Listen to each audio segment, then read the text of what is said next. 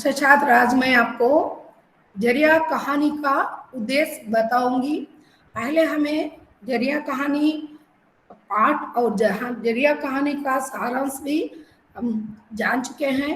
अब आपको कहानी का उद्देश्य मैं आज बताऊंगी। जरिया कहानी श्रीमती चित्रा मुद्गल के द्वारा लिखी गई कहानी है। जरिया कहानी के कहानीकार चित्रा मुद्गल है। वर्तमान परिस्थितियों का सजीव चित्रण आपकी कहानियों में हमें मिलता है। पहले ही हम जान चुके हैं कि वर्तमान स्थिति की गतिविधियां उनकी कहानी में हमें देखने को मिलती है। आपकी रचनाओं में की विशेषताएं हैं। आप किसी बात से संबंधित नहीं है, अपने चारों ओर के वातावरण से जुड़कर ईमानदारी से कहानियां लिखती हैं। वर्तमान गतिविधियों में व्याप्त धोखेबाजी, झूठे व्यवहार तथा लोगों में बढ़ती स्वार्थ प्रवृत्ति का पर्दाफाश करना ही इस कहानी का मुख्य उद्देश्य है। ఈ యొక్క జరియా కహాని గురించి మనం ముందే తెలుసుకున్నాము, పాఠం తెలుసుకున్నాము, తర్వాత సారాంశం కూడా నేను మీకు చెప్పడం జరిగింది. ఈరోజు ఈ కహాని, ఈ కథ యొక్క ఉద్దేశం ఏంటి, ఏ ఉద్దేశంతో ఈ కథను ఈ చిత్రా ముద్గల్ రాశారు అని మనం తెలుసుకోబోయే ముందు మనం మరొకసారి చిత్రా ముద్గల్ గురించి తెలుసుకుంటాం. చిత్రా ముద్గల్ తన అంటే స్త్రీల సమస్యలను తీసుకొని, ముఖ్యంగా స్త్రీల సమస్యలు, కుటుంబంలో స్త్రీలు ఎదుర్కొంటున్న సమస్యలు, ఇవి ముఖ్యంగా తన రచనల్లో ఆమె సబ్జెక్ట్స్గా, విషయాలుగా పెట్టుకుంటారు. అంతేకాకుండా తను నలువైపులు, తన సమాజంలో నాలువైపులా వ్యాపిస్తున్న ఈ యొక్క స్వార్థపూరిత్వం, ధోకేబాజీ, మోసకారితనం, దీని గురించి కూడా తన యొక్క రచనల్లో ఆమె చూపించడం జరిగిందనమాట. लेखिका समाज अपनी पहचान बनाने के लिए तड़पती नारी है, जिसकी आकांक्षा का दुरुपयोग करके एक स्वार्थी युवक अपना काम चलाता है. ఇక్కడ కథలో ముఖ్యమైన పాత్ర లేఖిక. లేఖిక అంటే మై పాత్ర. లేఖిక ఇందులో రచయిత్రి. ఆమె సమాజంలో తనకంటూ గుర్తింపు పొందడానికి అల్లాడుతున్న ఒక స్త్రీ. అంటే గుర్తింపు అంటే తన రచనల ద్వారా, అంటే తన యొక్క కోరిక ఏంటంటే రచనలు చేసి ఆ రచనల ద్వారా సమాజంలో తనకంటూ గుర్తింపు రావాలని కోరుకుంటున్న ఒక స్త్రీ. ఆమె యొక్క కోరికలను, ఆకాంక్షలను దురుపయోగం చేసుకుని, అంటే ఆ యొక్క ఒక స్వార్థ పరుడైన ఒక యువకుడు తన యొక్క కోరికను దురుపయోగం చేసుకుని తన పనిని చేసుకుని తను వెళ్ళిపోతాడు. लेखिका सुखी पारिवारिक जीवन बिताने वाली तथाकथित सभ्य महिला है. ఇక్కడ లేఖిక కథలో ముఖ్య పాత్ర అయిన రచయిత్రి ఒక సభ్య మహిళ. అంటే ఆనందకరమైన చిన్న కుటుంబము, సుఖవంతమైన కుటుంబాన్ని కలిగిన స్త్రీ सभ्य महिला. उसमें लेखन की क्षमता है, जिसके आधार पर वह समाज में अपने के लिए एक पहचान बनाना चाहती है. लेखिका తనకు రచనలు చేసే క్షమత ఉంది, రచనలు చేసే అభిరుచి ఉంది. రచనలు, కథలు, నవలలు ఆమె రచిస్తారు. మరి ఆ రచన సామర్థ్యం వల్ల ఆమె కోరిక ఏంటంటే దీన్ని ఆధారంగా తీసుకుని సమాజంలో ఒక మంచి పేరు ప్రఖ్యాతులు, తనకంటూ ఒక స్థానాన్ని కావాలి అని కోరుకునే స్త్రీ అన్నమాట. अपनी कहानियाँ तथा उपन्यासों में वह अक्सर विवादास्पद विषय ही चुनती है, जिनका जीवन के कटु यथार्थ से संबंध होता है. మరి ఈమె రచనలు ఉన్నాయి కదా, కథలు, నవలలు ఉన్నాయి కదా, ఈ కథలు, నవలలో కూడా వివాదాస్పద విషయం అంటే స్త్రీల సమస్యలు, స్త్రీల అధికారాలు, దీనికి సంబంధించిన రచనలు ఈమె చేసేవారు అన్నమాట. అంటే సాధారణమైన జీవితంలో కూడా ఈమె ఈ యొక్క కుటుంబ కుటుంబ సమస్యలు, స్త్రీ సమస్యల గురించి చర్చిస్తూ ఉంటారు.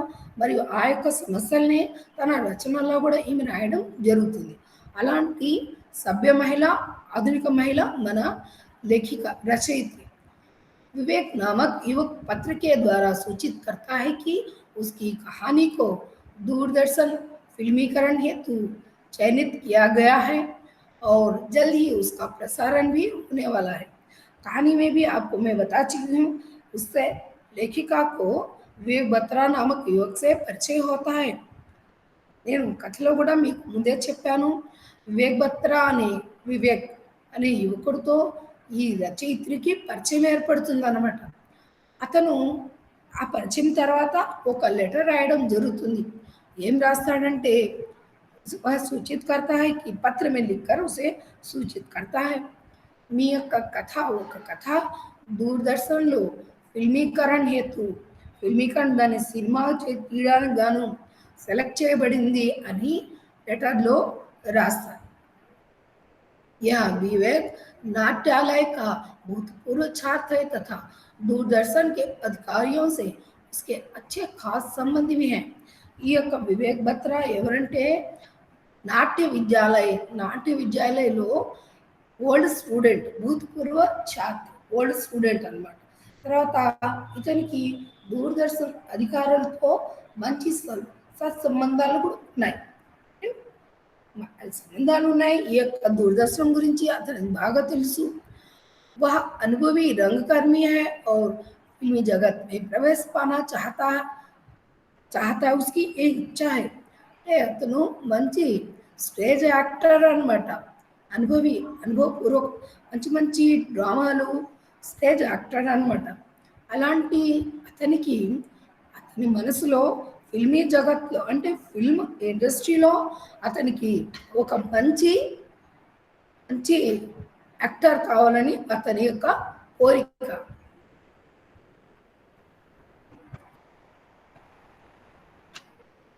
ఇది అతని మనసులో ఉన్న కోరిక.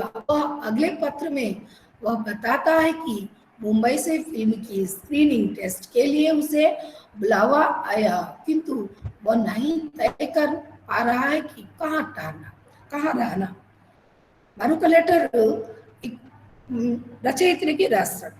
ఏమని రాస్తాడు? మేడం, నాకు ముంబై సినిమా ఇన్స్టిట్యూట్లో స్క్రీనింగ్ టెస్ట్ కోసం పిలిచారు. అంటే ఒక యాక్టర్ కోసము స్క్రీనింగ్ టెస్ట్ అనేది చాలా అవసరం. అతను సినిమా ఫీల్డ్లో ఛాన్స్ వచ్చిందని, అతను స్క్రీనింగ్ టెస్ట్కి పిలిచారని ఇదంతా మనకు కథలో కూడా ఉంది.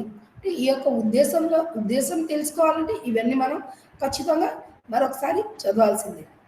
वह बताता है स्क्रीनिंग टेस्ट के लिए मुंबई आना है, लेकिन वह तय नहीं कर पा रहा है कि वह कहाँ रहना, అని ఎక్కడ ఉండాలి అనేది ఇంకా నిర్ణయించుకోలేకపోతున్నాను. అంటే ఈ 2-3 రోజులు పని అయ్యేంత వరకు ఎక్కడ ఉండాలి అనేది నాకు తెలియడం లేదు అని ఆ యొక్క లెటర్లో लिखता है, रास्ताड़. किंतु बाद में लेखिका को पता चलता है कि उसकी कहानी का चयन नहीं हुआ. సరే, అతను ఆ విధంగా చెప్తాడు.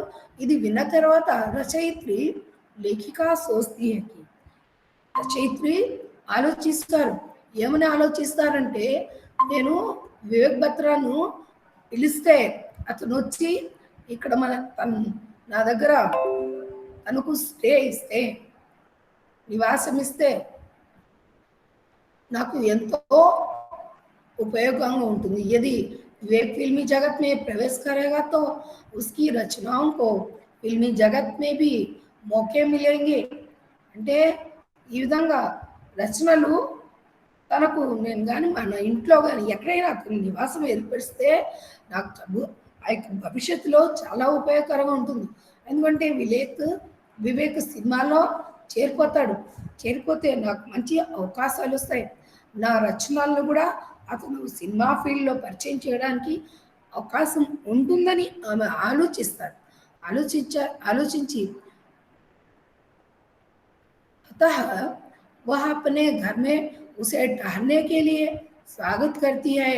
विवेक अपना काम देखकर दिल्ली चला जाता है. సంతోషంగా వివేక్ని తన ఇంట్లోనే ఉండమని పిలుస్తుంది. ఇంట్లో సకల మర్యాదలతో వివేక్ని ఇంట్లో పెట్టుకుంటుంది. వివేక్ ఆ యొక్క సినిమా ఫీల్డ్లో, సినిమా ఇండస్ట్రీలో వెళ్ళి తన పని పూర్తిగా అయిపోయిన తర్వాత అతను చెప్పేసి, అంటే లేఖికాకి చెప్పి ఇంటికి వెళ్ళిపోతాడు, ఢిల్లీ వెళ్ళిపోతాడు. అంటే వివేక్ का निवासము दिल्ली వెళ్ళిపోతాడు. किंतु बाद में लेखिका को पता चलता है कि उसकी कहानी का चयन नहीं हुआ और विवेक ने सिर्फ अपना स्वार्थ साधने हेतु झूठ बोलकर अपना काम पूरा कर कर गया। वह लेखिका से मुंह मोड़ लेता है। ఇక్కడ ఈ వివేక్ వెళ్ళిన చాలా రోజుల వరకు లేఖికతో మాట మాటలు కానీ లెటర్స్ కానీ ఏం లేకుండా ఉండేసరికి మూవ్ మోడల్ అంటే మొహం తిప్పుకొని ఉండడం, అంటే ఎలాంటి ఆ యొక్క ఉత్తరాలు లేకుండా ఉండడం. అలాంటి సందర్భంలో మరి లేఖిక లెటర్ రాస్తుంది. లెటర్ రాస్తే మన కథలో చదువుకున్నాం కదా, वह क्षमायाचना करता है कि अपनी कहानी का तिरस्कार किया गया है, चयन नहीं हुआ है. అంటే ఆ లెటర్లో అతను క్షమించమని అడిగి మీ యొక్క కథ సెలెక్ట్ కాలేదు అనే విషయాన్ని తెలియజేస్తాం. ఇది తెలుసుకున్న తర్వాత लेखिका बहुत दुखित होती है क्योंकि अपनी कहानी का चयन नहीं हुआ. అంటే తన కథను సెలెక్ట్ కాలేదు అని చాలా బాధపడుతుంది. వివేక్ కేవలము తన స్వార్థం కోసం తన పనిని పూర్తి చేసుకోవడానికి అతను అబద్ధం చెప్పి తన పనిని పూర్తి చేసుకుని వెళ్ళాడనే విషయాన్ని ఈమె గ్రహిస్తుంది. नारी पहचान का बहाना बनाकर कैसे उसका शोषण किया जाता है, इसका मार्मिक उद्घाटन करते हुए धोखेबाजों से बचकर रहने का संदेश देना ही इस कहानी का मुख्य उद्देश्य है. अब हम उद्देश्य जानेंगे. उद्देश्य क्या है? नारी पहचान. नारी अपनी अस्मिता चाहती है, अपनी पहचान चाहती है. इसे बहाना बनाकर नारी को किस प्रकार शोषण किया जाता है, यह हृदय को हिलाने वाली संगठना है और धोखेबाजों से बचकर रहने का संदेश देना ही कहानी का ముఖ్య ఉద్దేశం. ఇక్కడ చూడండి, ముఖ్య ఉద్దేశం ఈ కథ రాయడంలో ఉద్దేశం ఏంటంటే స్త్రీ ఉద్యోగం చేస్తుంది, ఇంట్లో అన్ని పనులు అవి చేస్తూ ఉంటుంది. కానీ స్త్రీ వచ్చి తనకు ఒక పేరు ప్రఖ్యాతులు రావాలి, సమాజంలో తనకంటూ మంచి పేరు ఉండాలి అని ఆలోచిస్తుంది కదా. ఆ ఆలోచన అతని బహానా అంటే ఒక సాకుగా చేసుకుని ఆమెను ఏ విధంగా ఇబ్బంది పెడతారు అంటే ఆమె యొక్క కోరికను దురుపయోగం చేస్తూ ఆమెను ఎంతగా ఇబ్బంది పెడతారనే విషయాన్ని మనకు ఆ యొక్క సంఘటన హృదయం కదిలించే విధంగా మనకు ఆ సంఘటనను తెలియజేస్తారు. తర్వాత మనకు ఇంకో ముఖ్య ఉద్దేశం ఏంటంటే ధోకేబాజోసే, ఇలాంటి దగాకోరులతో మోసగాళ్లతో బచ్కర్ రహనా, అతి జాగ్రత్తగా ఉండమని స్త్రీలకు సందేశం ఇవ్వడమే ఈ యొక్క కహాని యొక్క ముఖ్య ఉద్దేశం. కథ యొక్క ముఖ్య ఉద్దేశము స్త్రీలను మోసగాళ్ల నుండి చాలా జాగ్రత్తగా ఉండమని వాళ్లకు సలహాలు సందేశం ఇవ్వడమే ఈ కథ యొక్క ముఖ్య ఉద్దేశం. ఈ ఉద్దేశాన్ని మనకు తెలియజేయడానికి కథ అంతా మనం చెప్పాలి. कहानी का गौण उद्देश्य समाज में फैलती కీర్తికాంక్ష का చిత్రణ करना भी है.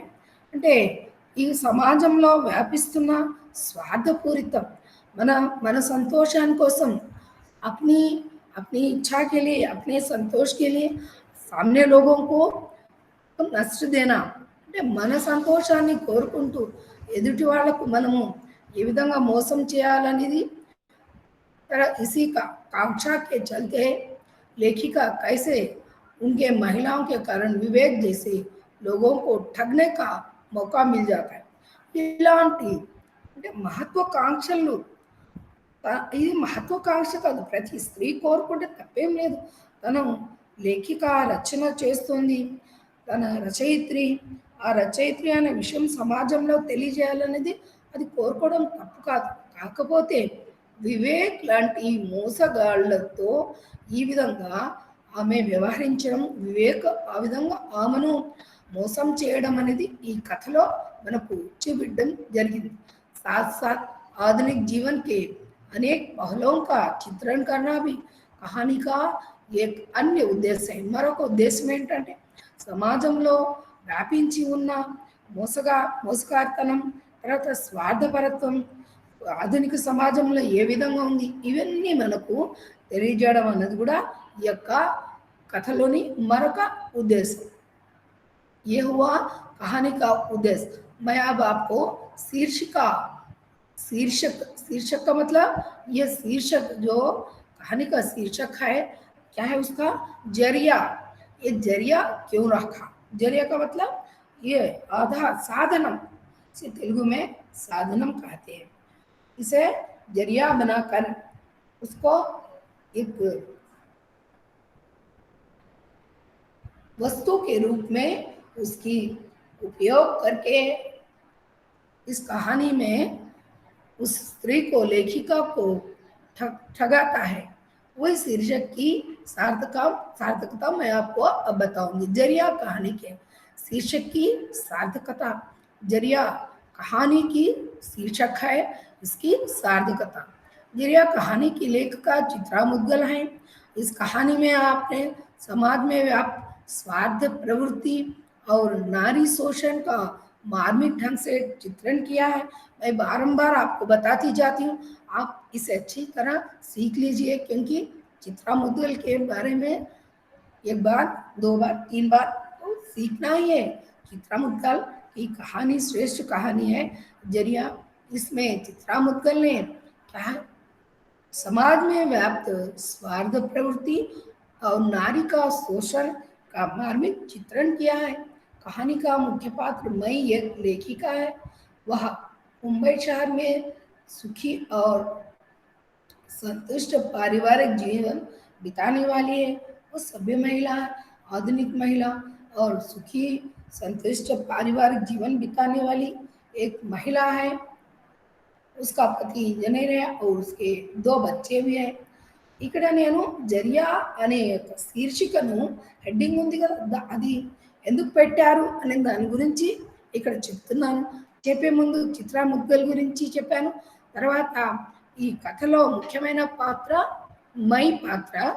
మై పాత్ర మనకు ఈ ముంబై నగరంలో చాలా ఆమె ఆధునికమైన సమాజంలో ఆధునిక స్త్రీ, ఒక సభ్య మహిళ, చిన్న కుటుంబము, సంతోషంగా తన భర్త నిగంతో మరియు 2 పిల్లలతో సంతోషంగా ఉన్న ఒక మహిళ. ఇక్కడ ఆమె స్వభావం గురించి చెప్తారు. వహ స్వభావ సే లేఖికా హై. ఆమె స్వభావంగా అంటే సహజంగా ఆమె ఒక రచయిత్రి. రచయిత్రి అన్న తర్వాత ఉపన్యాస తథా కహానియోं की लिखाई में उसकी रुचि है. కథలు, నవలలు రాయడం అనేది ఆమె యొక్క అభిరుచి. वो एक लेखिका के रूप में समाज में प्रतिष्ठा पाना चाहती है. ఆమె ఏమనుకుంటారు, ఆమె అభిరుచి ప్రకారము సమాజంలో ఒక పేరు ప్రఖ్యాతులు పొందాలని ఆమె అనుకుంటారు. అదేవిధంగా వివేక్ అనే వ్యక్తితో ఆమెకు పరిచయం ఏర్పడుతుంది. ఢిల్లీ दूरदर्शन उसकी कहानी दिल्ली दूरदर्शन में फिल्मीकरण की हेतु कहानी का चयनित किया गया. ये सब हम उद्देश्य में भी जान चुके हैं. उसकी कहानी दिल्ली दूरदर्शन में सेलेक्ट हुई है, वह फिल्मीकरण हेतु उसका चयन किया गया है. ये सुनकर लेखिका को बहुत खुश होती है. बाद में विवेक का परिचय है. विवेक नामक एक व्यक्ति से उसका परिचय होता है. ये सब कहानी में विवेक लेखिका को एहसान करने के हेतु वह विवेक लेखिका को पत्र लिखता है. అతను వివేక్ మళ్ళీ మన రచయిత్రికి లెటర్ రాస్తాడు. మీ యొక్క కథ దూరదర్శన్లో ప్రచారం హేతు సెలెక్ట్ అయింది, ప్రసారణ हेतु सेलेक्ट అయిందని చెప్పి లెటర్ రాస్తాడు.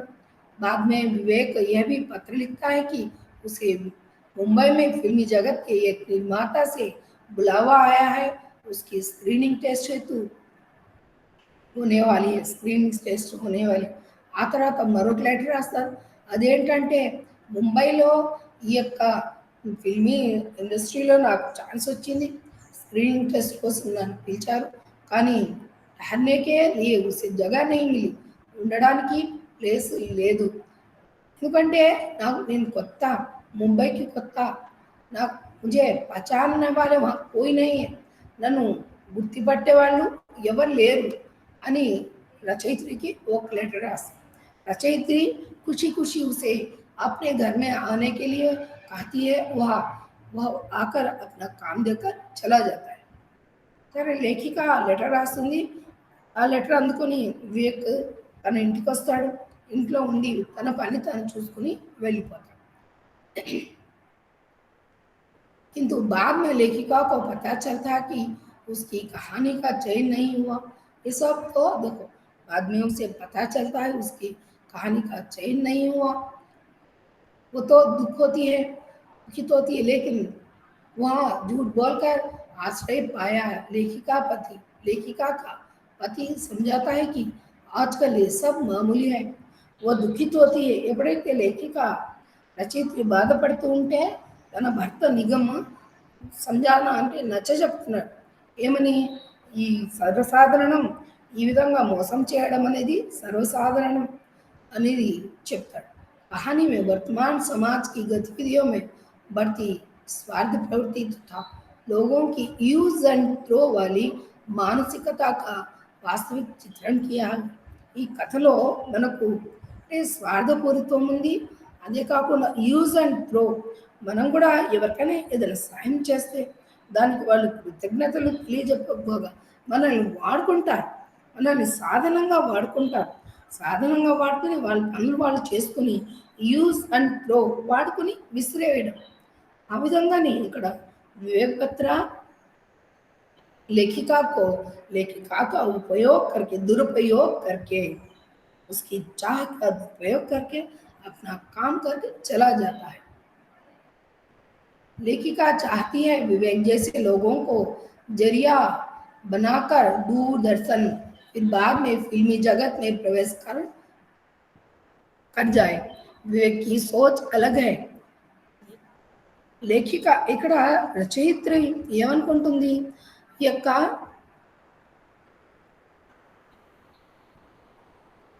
వివేక్ జైసే లోగోं को जरिया बनाकर दूरदर्शन అంటే ఈ యొక్క వివేక్ లేఖికను రచయిత్రిని జరియా సాధనంగా చేసుకొని సాధన బనాకర్ దూరదర్శన్లో చూపించాడు. తర్వాత ఫిల్మీ ఇండస్ట్రీలో ఏదో విధంగా ఆమెను మోసం చేసి తన పనిని తను చేసుకుని వెళ్ళిపోయినాడు. इस प्रक्रिया में कौन किसे काम का जरिया अपने में समेट लेने के कारण कहानी के लिए जरिया शीर्षक अत्यंत उचित है. ఇక్కడ లేఖిక కూడా వివేక్ అంటే తన స్వార్థం కూడా ఇక్కడ ఉంది. వివేక్ ఎప్పుడైతే యాక్ట్ అవుతాడో అప్పుడు తన ద్వారా తన రచనలను సినిమా జగత్తులో పరిచయం చేస్తాం, ఇంట్రొడ్యూస్ చేస్తామని ఆమె అనుకోవడం. తర్వాత వివేక్ బత్రా ఇక్కడ రచయిత్రిని సాధనంగా వాడుకొని తన పనిని చూసుకొని తను వెళ్ళిపోవడం. ఇదంతా మనకు చూస్తుంటే ఈ జరియా సాధనం అనే కథ దీనికి ఈ యొక్క కథకు సార్థకమైందే, కరెక్టే అని మనకు తెలుస్తుంది. आपको इस जरिया कहानी अच्छी तरह समझ में आई होगी. मैंने सारांश बताई और बाद में यह भी कहानी का उद्देश्य और शीर्षक की सार्थकता भी आपको बता दी. आपको अच्छी तरह इसे ध्यान में रखकर पढ़ना चाहिए.